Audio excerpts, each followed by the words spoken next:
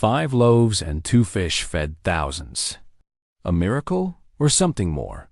What if the key to the multiplication wasn't divine, but lay in group psychology?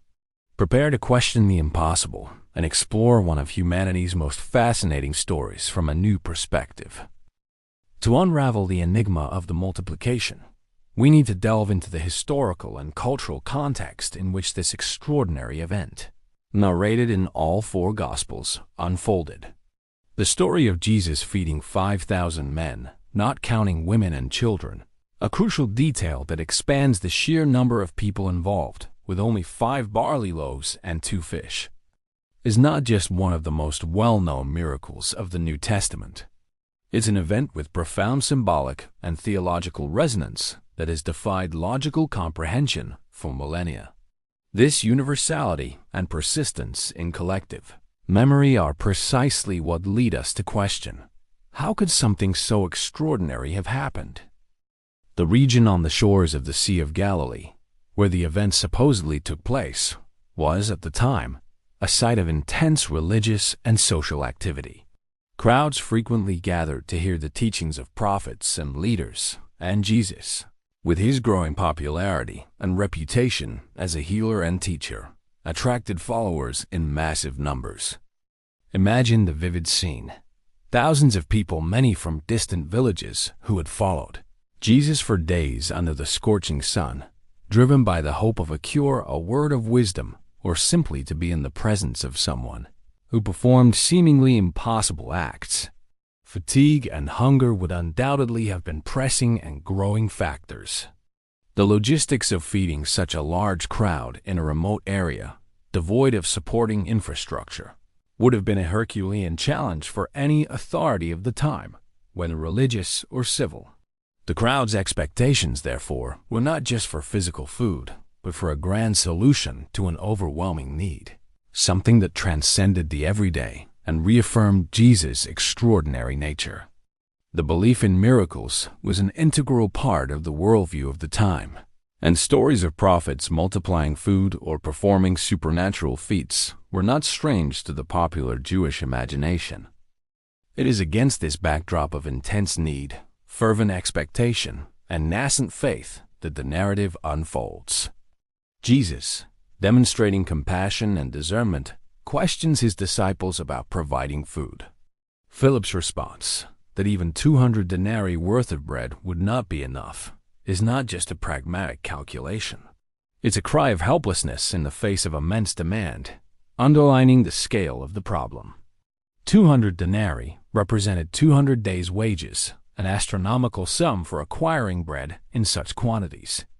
Andrew, in turn, presents the meager offering of a young boy, 5 barley loaves and 2 fish, quickly dismissing it as insignificant for so many. This basis of apparent scarcity and the overwhelming disproportion between resources and need are the crucial starting point for any interpretation. If the miracle was a literal act of creation, then the alteration of matter is the focus. If human psychology was at play, then the crowd's perception, collective behavior, and Jesus' organizational capacity are at the core of the analysis.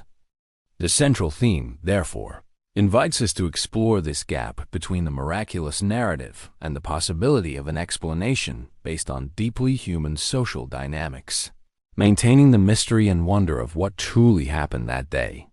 This duality between the divine and the human is what makes this story so intriguing and enduring.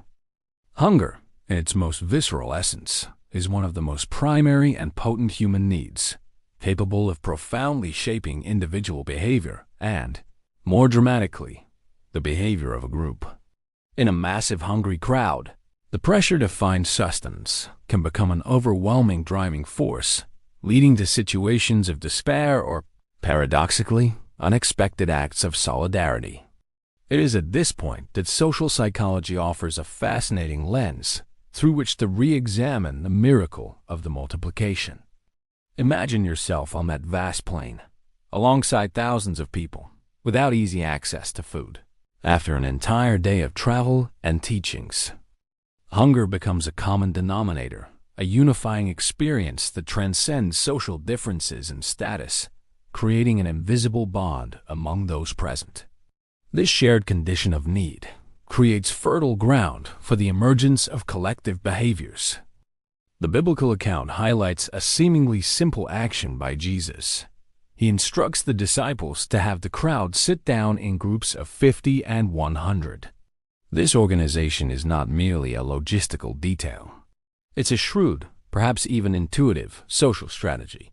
Arranging people into smaller groups would not only facilitate eventual food distribution, making it more orderly and efficient, but, crucially, would intensify social interaction and the perception of what was happening. Within these groups, the dynamics of hunger and hope would manifest more palpably, allowing social pressure and mutual observation to intensify.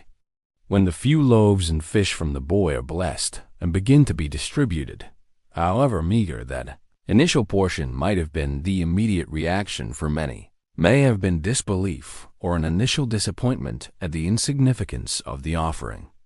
Here, the crux of our analysis arises. What if, instead of a literal multiplication of matter, what we witnessed was a multiplication of sharing? The hypothesis is that many people in the crowd, upon witnessing Jesus' initial gesture and the subsequent action of a young boy who offered what little he had, were inspired to reveal and share their own supplies. These supplies, until then, might have been hidden due to self-preservation instincts, selfishness, shame of having little, or simply the lack of a catalyst for collective generosity. The sight of others sharing, even if symbolically at first, could have deactivated these psychological barriers, creating an environment of trust and mutual cooperation. Consider the power of social influence and modeling behavior. When an individual of moral authority, like Jesus, acts in a certain way, or when a few members of a group begin to exhibit altruistic behavior, others can be strongly impelled to imitate that action. If some began to take out their provisions, perhaps a piece of bread hidden in the cloak, some dried fruit forgotten in a bag, a handful of nuts, the cascade of sharing could have spread rapidly, creating a domino effect. Collective hunger, paradoxically, would have transformed into a catalyst for collective generosity. The miracle, from this perspective, would be less about the mystical transformation of matter and more about the transformation of the human heart and the social dynamics of a vast congregation. It wasn't the initial quantity of food that was relevant, but the symbolic act of sharing and the moral and spiritual authority of Jesus that inspired and legitimized this action. Abundance would not have been created out of nothing but unveiled from the much that already existed, yet was hidden due to the lack of a reason and collective courage to be revealed and shared, demonstrating the extraordinary power of human interconnectedness in times of need. To deepen our understanding of how the multiplication story can be reinterpreted through group psychology, it's essential to explore the laws and patterns that govern human behavior in massive social contexts. Two central concepts of social psychology become particularly relevant here: social contagion and the social norm of reciprocity, coupled with the influence of conformity and social pressure. These psychological mechanisms operate in subtle yet powerful ways, capable of drastically altering group dynamics. Social contagion is a powerful phenomenon describing the rapid spread of emotions, attitudes, or behaviors among individuals within a group. It works like a cascade effect. The action of one individual or a small group can trigger a chain reaction that spreads throughout the collective. In a situation of scarcity, the instinctive reaction for most people is to protect their own resources and prioritize self-preservation. However, when a sharing behavior is initiated by a charismatic authority figure, or when a small number of individuals openly demonstrate generosity, the group's dynamics can be drastically altered.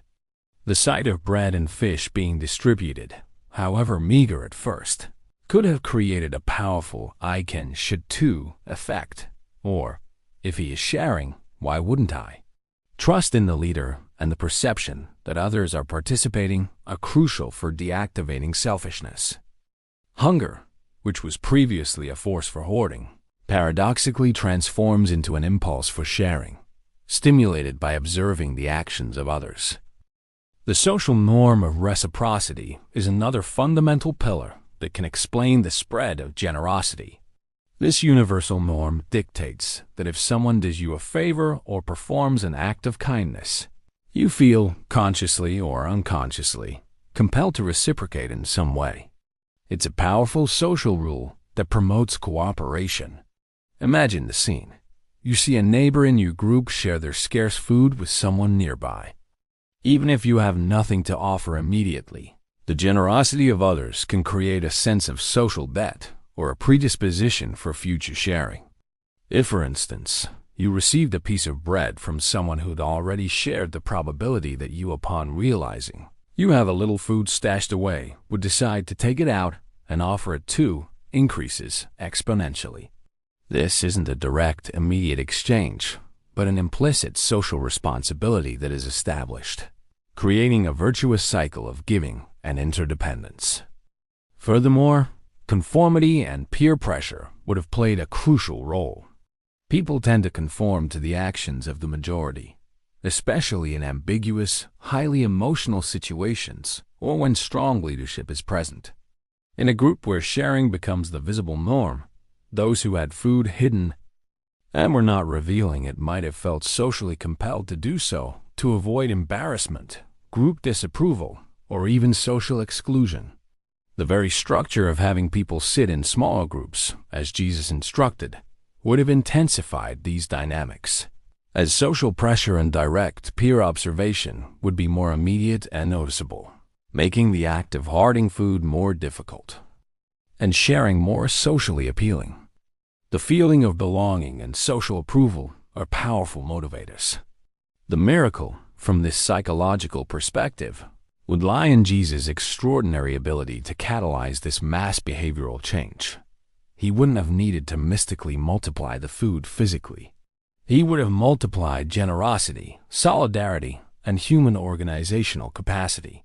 He would have unleashed a powerful social mechanism that allowed what seemed scarce to become abundantly sufficient, not through an alteration of the physical laws of matter, but through an alteration of collective perception and behavior. The bread and fish became symbols, and the real multiplication occurred in the hearts of the people and their willingness to connect, trust, and share what they had, transforming individual scarcity into communal abundance. This is a testament to the latent power of the collective mind. To delve into a specific and intriguing aspect of our central theme, let's focus on the dynamics of perception and how it may have been a determining factor in the consolidation of the multiplication narrative.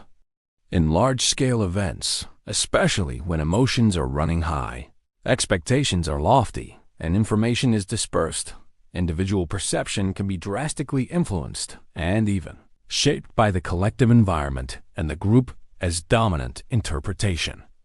The idea that 5 loaves and 2 fish fed thousands may not be a falsehood in its essence, but rather an interpretation of reality that was constructed and solidified by a series of complex psychological factors, culminating in a powerful illusion of abundance. Let's return to the scene. The hungry and exhausted crowd observes Jesus taking the few loaves and fish, blessing them, and then initiating distribution through the disciples. Initially, the quantity is laughable relative to the number of people. There's a stark contrast between the little one has and the much one needs. However, if the theory of collective sharing materialized and people began to take out their own provisions they had been holding on to, what happens next is a crucial psychological phenomenon. Those who had food in secret and who felt compelled to share by social contagion or reciprocity would continuously be adding to the pile of food being distributed by the disciples. The perception of what is being distributed shifts from the initial offering of the young boy to the sum of what everyone is contributing. This is where the illusion of abundance could have rapidly formed and solidified. As more and more people shed their own supplies, and the disciples continued to circulate, distributing what they received, the dominant perception that there is enough food, or we are being fed, would solidify. What mattered to the crowd was no longer the initial origin of the few loaves and fish, but the immediate reality that they were being satisfied. The human mind is incredibly adept at filling in gaps, constructing coherent narratives, and making sense of fragmented events. Hunger is a subjective experience, and the feeling of satiation is powerful. If hunger was satisfied, the grander and more miraculous explanation that the food had been literally created or multiplied could have become the established truth, especially when reinforced by Jesus' charismatic and divine figure. People tend to interpret events in a way that reinforces their existing beliefs, a phenomenon known as confirmation bias. Furthermore, confirmation bias would have played a significant role. Those who already believed in Jesus as a divine being, a prophet with supernatural powers, would have had their beliefs reinforced by an event that seemed to defy all natural laws. They would be more likely to interpret the crowd's satisfaction as a direct result of a literal miracle, rather than a complex interaction of social, psychological, and behavioral factors. The miraculous narrative would become the official truth, being told and retold over time, perhaps losing some of the nuances and details of the actual collective process that gave rise to it.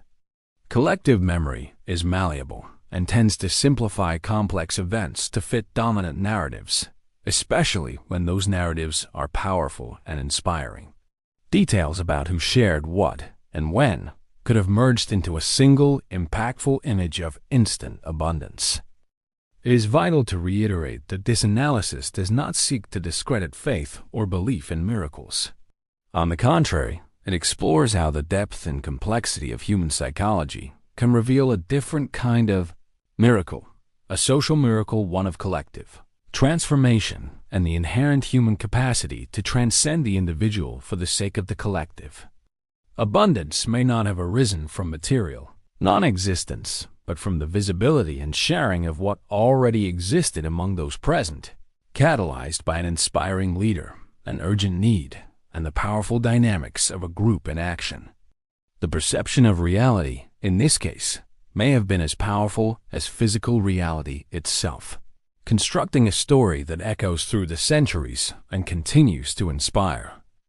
The central theme of the multiplication of the loaves and fish, when analyzed through the lens of group psychology, transcends its original narrative and remarkably resonates in contemporary contexts, offering a powerful lens to understand the power of collective action and social influence in our day.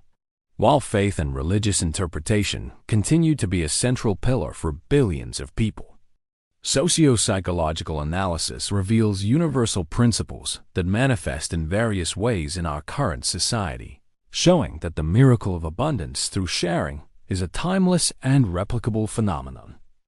Consider large-scale social movements and fundraising campaigns we witness today. A single individual with an idea, or a small group of activists with limited resources, can initiate a cause that, through mass mobilization and the social contagion of generosity, achieves a monumental impact. Crowdfunding platforms are a prime example of this dynamic. An initial idea, which may seem insignificant, the modern equivalent of 5 loaves and 2 fish, can raise millions of dollars through small contributions from thousands of people worldwide. The miracle here isn't the creation of wealth out of nothing, but the ability to inspire voluntary sharing on a large scale, revealing resources that would otherwise remain hidden and unused. This is the power of decentralized contribution. Another vivid example is the emergence and proliferation of the sharing economy. Giant companies like Airbnb and Uber, which paradoxically do not own the material assets they offer, thrive by efficiently connecting people who have idle resources with those who need them. It's the materialization of mass sharing, where individual scarcity or inefficient resource utilization is overcome by collective abundance. Mutual trust, facilitated by technology, and convenience allow the revelation of previously hidden loaves and fish, empty rooms in homes, Parked cars in garages, unused skills for the benefit and satisfaction of many. This business model is a modern testament to the principle that what seems little in individual hands can become much when shared, maximizing the utilization of existing resources. In the realm of organizational psychology and project management, the multiplication story can be seen as a paradigm for team engagement and a culture of collaboration. An inspiring leader who fosters the sharing of knowledge, collaboration instead of competition, and collective assumption of responsibilities can see a project with seemingly limited resources blossom into something much larger and more successful than the sum of its individual parts. Multiplication occurs in synergy, in collective innovation, and in the sense of belonging that drives individuals to contribute their best, transforming perceived scarcity into sufficiency and even abundance of results. Leadership isn't just about giving, but about inspiring giving and collaboration. The profound resonance of the central theme in modern scenarios suggests that, regardless of the specific religious interpretation, the power of unity, spontaneous generosity, and inspirational leadership to catalyze collective action is a universal and timeless phenomenon. The miracle, through this socio-psychological lens, is not merely a distant historical event, but an active and replicable principle that continues to shape and empower societies to overcome complex challenges, transforming little into much through the intrinsic and often underestimated force of human community. It reflects our innate capacity for interconnectedness and cooperation. Throughout this exploration, we've delved into the depths of the story of the multiplication of the loaves and fish, examining it through the lenses of group psychology and social dynamics.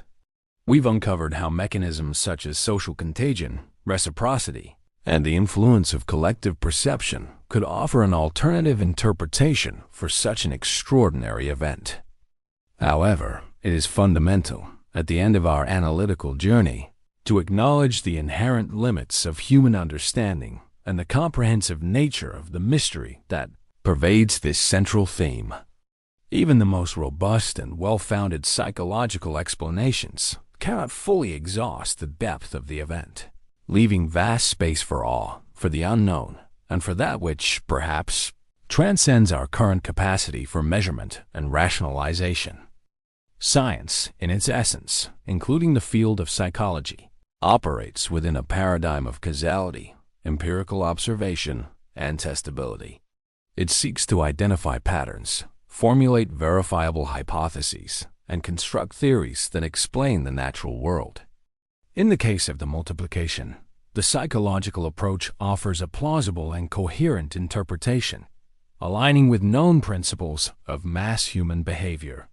It shows us how complex social interaction, the influence of a charismatic leader, and the dynamics of urgent need can, in fact, generate results that, at first glance, seem to defy conventional logic and physical laws.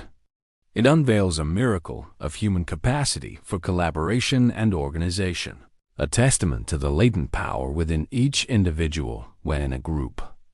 However, faith and the transcendent operate on a distinct ontological plane, often beyond the reach of empirical verification. For billions of people around the globe, the multiplication of the loaves and fish is not a mere social metaphor or an example of group engineering. It is a literal miracle, an act of divine intervention that transcends and in some cases suspends known natural laws. The beauty and resilience of this mystery lie precisely in its ability to coexist with multiple interpretations without canceling them out. The human mind, with its rational tools and its incessant search for explanations, can dissect the layers of experience and behavior. But there is always a frontier, a horizon where the explainable meets the inexplicable, where reason bows before the wonder of the mystery. What does this coexistence of perspectives reveal about our own perception of reality? It teaches us that reality is intrinsically multifaceted. We can choose to see the event as a sublime triumph of human generosity, catalyzed by an inspiring figure, or as an irrefutable testament to divine power, or perhaps as a complex intersection of both. Each of these views, within its own scope and set of assumptions, offers a valid and significant truth, enriching our understanding of the event. The comprehensive nature of the mystery resides precisely in its ability to accommodate and enrich these different perspectives, allowing each individual to find meaning and awe in their own way, be it rational, spiritual, or a fusion of both. Ultimately, the story of the multiplication of the loaves and fish invites us to a deeper reflection on the limits of our own knowledge and our capacity for understanding. What we know for sure is that a massive crowd was fed in a situation of extreme scarcity. How this happened, in its totality and in all its dimensions, remains an open field for continuous exploration, be it scientific, theological, philosophical, or purely spiritual. The central theme challenges us to look beyond superficial explanations and to recognize that, even with all our intellectual advancements and our relentless pursuit of answers, life and the events that permeate it continue to present phenomena that ignite our curiosity, expand our minds, and remind us of the vastness of what may still transcend our understanding. It is an invitation to intellectual humility and an openness to the marvelous. The story of the loaves and fish remains one of humanity's greatest enigmas. Whether through a literal miracle, the ingenuity of group psychology, or a sublime combination, the fact is that hunger was satisfied. What does this tell us about faith, generosity, and the hidden power in collectivity? The mystery persists, and perhaps that is its greatest lesson.